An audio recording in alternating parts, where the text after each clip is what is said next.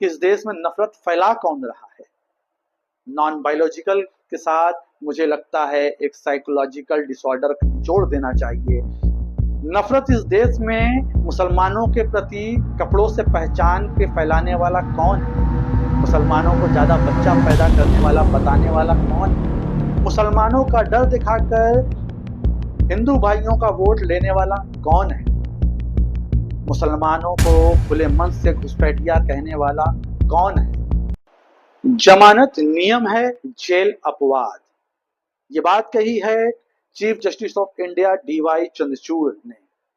हालांकि ये संविधान भी ये कहता है कि हर कैदी का जमानत एक अधिकार होता है और किसी तरह वो कन्विक्टेड होकर जेल जाए तो वही अपवाद की सूची में डाला जाएगा।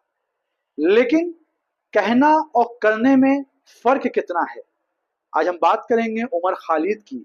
उमर खालिद, हाँ, वो जेएनयू का नेता, वो जेएनयू का स्टूडेंट, जो डॉक्टर जिसने रिसर्च एमफिल किया था जेएनयू से, जो 2016 में, आपको याद होगा कन्हैया कुमार की जो एक स्पीच 2016 में वायरल हुई थी, जिसमें उन्होंने डायरेक्ट पावर को, गवर्नमेंट को क्रिटिसाइज किया था और तमाम तरीके से हर चीज पे आजादी मांगी थी, किस तरह से पाबंदियां लगाई जा रही हैं।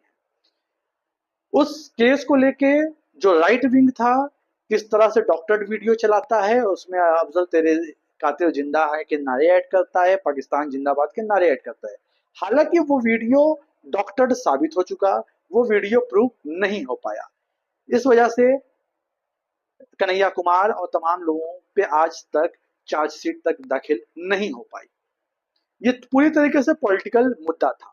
उसी में उमर खालिद का भी नाम हाईलाइट हुआ था। उमर खालिद जो एक सोशल एक्टिविस्ट भी थे और कम्युनिस्ट विचारधारा के थे, लेफ्टिस्ट थे, जो हर अन्याय के खिलाफ अपनी प्रतिक्रिया, अपनी आवाज बुलंद करते रहते थे।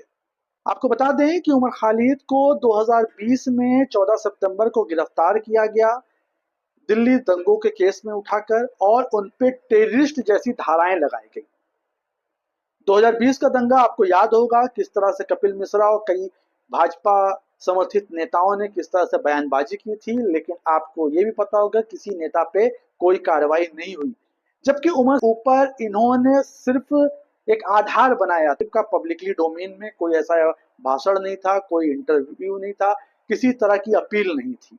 लेकिन ये 2016 का बदला भी लेना था, उसमें उमर खालिद को निशाना बनाया गया। उमर खालिद जो कहते हैं कि वो उस वक्त दिल्ली में भी नहीं थे, वहां से कई सौ किलोमीटर दूर पे थे, लेकिन बावजूद इसके इनके ऊपर टेरर की धाराएं लगाई गई, इनके ऊपर एक्सप्लोजिव बम्स रखने के आरोप लगाए गए, फायर आर्म्स रखने के आरोप लगाए, और तमाम तरह के जो आतंकवादी आर्म्स होते हैं वो सारे इनके पास बताए गए, लेकिन बरामद कुछ नहीं हुआ। उसके साथ साथ अदर मीन्स में भी इनको बताया गया कि ये चक्का जाम भी इन्होंने किया था। तब आप सोच लीजिए कि चक्का जाम को भी आतंकवादी गतिविधियों का एक हिस्सा मानते हैं, क्योंकि चक्का जाम तो इस देश के हर आंदोलनकारी ने अपने अपने समय पे किया है। आज 5 साल होने को आ गए। 5 साल में उमर खालिद का ट्रायल तक नहीं हुआ। बिना ट्रायल के उन्हें जेल में डाले रखा गया। ना ट्रायल की जा रही है, ना जमानत भी उनकी रद्द की जा रही है। जमानत पे जब सुनवाई की बात आती है तो जजेस अपना, कभी कोई जजेस ये कह देता है कि हम इस केस को हैंडल नहीं कर सकते, कभी कोई जजेस उस केस को कोई ना कोई बहाना करके नहीं सुनता है। तो आप समझ रहे हैं कि ऐसा उमर खालिद के साथ क्यों हो रहा है। बिल्कुल इसलिए हो रहा है क्योंकि उसका नाम उमर है। आज कन्हैया कुमार कांग्रेस के एक वरिष्ठ नेता बने हुए हैं, जिग्नेश मेवानी गुजरात से विधायक हैं, और तमाम इनके साथ जो है कहीं ना कहीं अपनी लाइफ को जी रहे हैं। लेकिन उमर का एक सबसे बड़ा अपराध है कि वो एक मुसलमान होकर उसने पावर्स के सामने आवाज उठाई। उनके फेवर में एक सभा की गई 2 दिन पहले, जिसमें स्वरा भास्कर, कुणाल कामरा और उमर खालिद के पिता और तमाम एक्टिविस्ट इकट्ठा हुए। उसमें स्वरा भास्कर ने गंभीर सवाल उठाए उन तमाम जजों पे और न्यायालय पे जो ऐसे मामलों को ठंडे बस्ते में डालकर आंखें मूंद कर बैठा हुआ है। स्वरा भास्कर ने अपने भाषण में ये कहा कि भारतीय जनता के टैक्सेस से ही आपको तमाम सहूलियतें मिलती हैं, आपके बच्चे विदेशों में पढ़ते हैं, आप सरकारी बंगले में रहते हैं, और तमाम जो सैलरीज होती है, तमाम जो फंड होते हैं, जनता के पैसों से आपको मिलते हैं। तो आपका पहला दायित्व ये होता है कि आप जनता से न्याय की बात करें बिना पक्षपात किए हुए। स्वरा भास्कर ने इस पर भी सवाल किया कि आपको प्रधानमंत्री के साथ पूजा करने का समय है, लेकिन आपको 20 मिनट उन फाइलों को देखने का नहीं है जिस पर कपिल सिब्बल ने कहा था कि 20 मिनट अगर मुझे दिया जाए तो मैं इस केस को क्लियर कर दूंगा। प्रधानमंत्री और सीजीआई की जो साथ में पूजा हुई, ये वीडियो पूरे देश में फैला, इस पे अपने अपने लोगों के अपने अपने रिएक्शन हैं, लेकिन ये बात सच है कि सुप्रीम कोर्ट जो CGI chief justice of India है, इस देश का हर नागरिक जो पीड़ित है वो किसी से उम्मीद लगाए बैठा है तो वो सीजीआई से लगाए बैठा है, क्योंकि उसको पता है कि चाहे नेता कोई भी पावरफुल आदमी उस पर उत्पीड़न करेगा तो हमारे हक में फैसला देने के लिए एक शख्स बैठा हुआ है। लेकिन इस पूरे वीडियो को बनवा के सोशल मीडिया पे चलाने का अपना अलग अलग मैसेज दिया जा सकता है, लेकिन कहीं ना कहीं फिर सवाल डीवाई चंद्रचूड़ पे भी उठने लगे हैं। क्या इस तरह से ग्रुप ऑफ लीडर के साथ इस तरह से किसी वर्शिप में शिरकत करना चाहिए, कि इस तरह से कोई पर्सनल घर पे मीटिंग करनी चाहिए?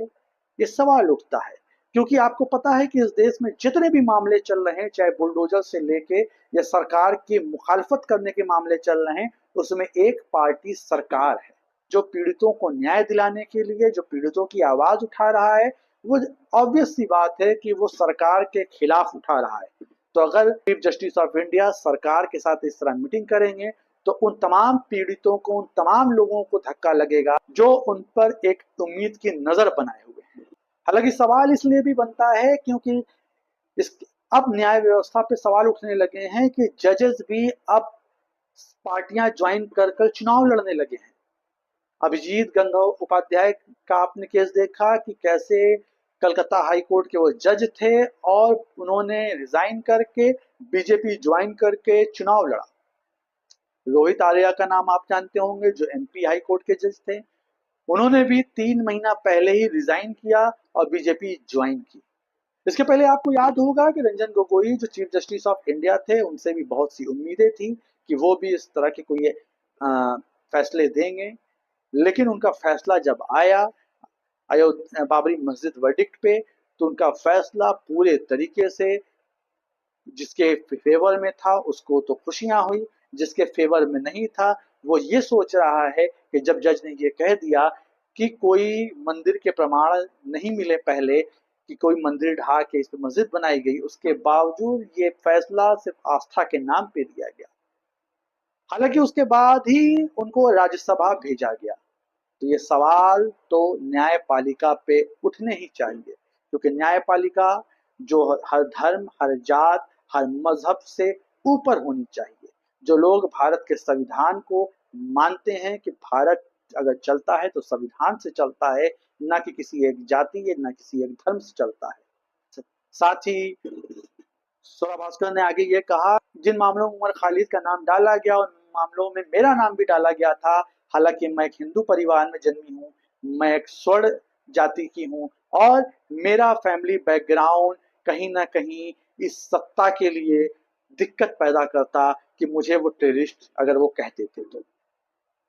लेकिन उमर खालिद, आप किसी मुसलमान को मारें, पीटे, उसकी हत्या करें, उसे आतंकी कहें, आपके ऊपर कोई भी कानूनी दाव पेच नहीं चलेगा। इसी मीटिंग में कुणाल कामरा भी थे, जो मशहूर कॉमेडियन हैं। कुणाल कामरा ने भी ये कहा, उन्होंने तुलना की अमेरिका की पुलिस और भारत की पुलिस से। उन्होंने कहा कि मैं अमेरिका भी जाता हूँ, लेकिन अगर अमेरिका में कोई प्रोग्राम करना होता है तो कोई फोन करके अगर धमकी दे दे कि मैं ऑडिटोरियम जला दूंगा, तो पुलिस विद इन 30 मिनट्स उसके घर पहुंचती है और उसे उठा लाती है। लेकिन जबकि भारत में आए दिन इस तरह की धमकियां मिलती हैं कि अगर वहां आप जाएंगे तो ऑडिटोरियम जला दिया जाएगा। ऑडिटोरियम का मालिक भी फोन करके कहता है कि कुणाल जी मत प्रोग्राम कराइए, नहीं तो लोग आके जला देंगे हमारे ऑडिटोरियम को।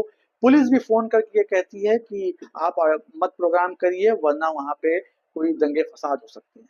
तो अब आप सोचिए कि पुलिस को फोन करना चाहिए उन दंगाइयों को जो फोन करके धमकी दे रहे हैं, लेकिन ये पुलिस फोन करती है उसको जो जिसकी अभिव्यक्ति की आजादी है, जिसे संविधान आजादी देता है अपनी बात को कहने का। जो नरेंद्र मोदी ने पूजा सीजीआई के साथ की थी उनके घर पर जाके, उड़ीसा की रैली में भी इस बात का जिक्र करते हैं और ये कहते हैं कि कुछ देश को बांटने वाले लोग, देश में नफरत फैलाने वाले लोगों को ये बात पच नहीं रही है, ये बात अच्छी नहीं लग रही है कि मैं चीफ जस्टिस ऑफ इंडिया के घर पूजा में गया। अब मुझे हैरानी होती है कि इस देश में नफरत फैला कौन रहा है। नॉन बायोलॉजिकल के साथ मुझे लगता है एक साइकोलॉजिकल डिसऑर्डर जोड़ देना चाहिए, क्योंकि जो कहते हैं वो करते नहीं, जो करते हैं वो कहते नहीं। नफरत इस देश में मुसलमानों के प्रति कपड़ों से पहचान के फैलाने वाला कौन है? मुसलमानों को ज्यादा बच्चा पैदा करने वाला, बताने वाला कौन है? मुसलमानों का डर दिखाकर हिंदू भाइयों का वोट लेने वाला कौन है? मुसलमानों को खुले मन से घुसपैठिया कहने वाला कौन है? कौन है जो अपने देश के मुसलमानों के प्रति तमाम हिंसाओं पे चुप रहता है? विदेशों में जाकर कुछ शेखों के साथ, कुछ वहां के मठाधीशों के साथ फोटो खिंचवा के वहां की मस्जिदों में जाकर ये बताया जाता है कि देखिए मुसलमानों के बीच में क्या छवि है। देश के मुसलमानों के बीच में भी अपनी छवि को अगर ये सुधार लेते तो शायद इस तरह के छीछालेदर नहीं होता। अपने देश में तमाम समर्थक इनके, तमाम इनके आइडियोलॉजी के लोग गोडसे को महान बताते हैं और गांधी को गाली देते हैं, लेकिन साइकोलॉजिकल डिसऑर्डर देखिए कि जब अमेरिका या इंग्लैंड जाया जाता है तो उसी महात्मा गांधी के चरणों में फूल डाला जाता है। तो आप सोच सकते हैं कि ये कौन लोग हैं जिसके बारे में मोदी जी बात कर रहे हैं। आज के लिए इतना ही। अगर ये वीडियो पसंद आए तो आपसे एक गुजारिश हर वीडियो में करता हूँ, उसमें भी करूंगा कि कोई पैसे नहीं लगते लाइक करने के लिए और सब्सक्राइब करने के लिए। आप अगर चाहते हैं कि इस तरह की बातें होनी चाहिए, आप चाहते हैं कि इस तरह के सवाल को जिंदा रखना चाहिए, तो आप अपनी राय दें, और नहीं चाहते तो भी राय दीजिए, ताकि हमें भी ये लगे कि मैं जो बात कर रहा हूँ वो कितनी सही तरीके से हुई है। आप कमेंट करें, अगर मेरी कोई गलती होती है तो उसको भी दर्शाएं कि मैं उसमें सुधार करूं, और अगर लगता है कि मैं सही कर रहा हूं तो प्रोत्साहन भी दें। आज के लिए इतना ही, मिलते हैं अगले वीडियो में। तब तक के लिए नमस्कार, सत श्री अकाल, जय हिंद, खुदा हाफिज।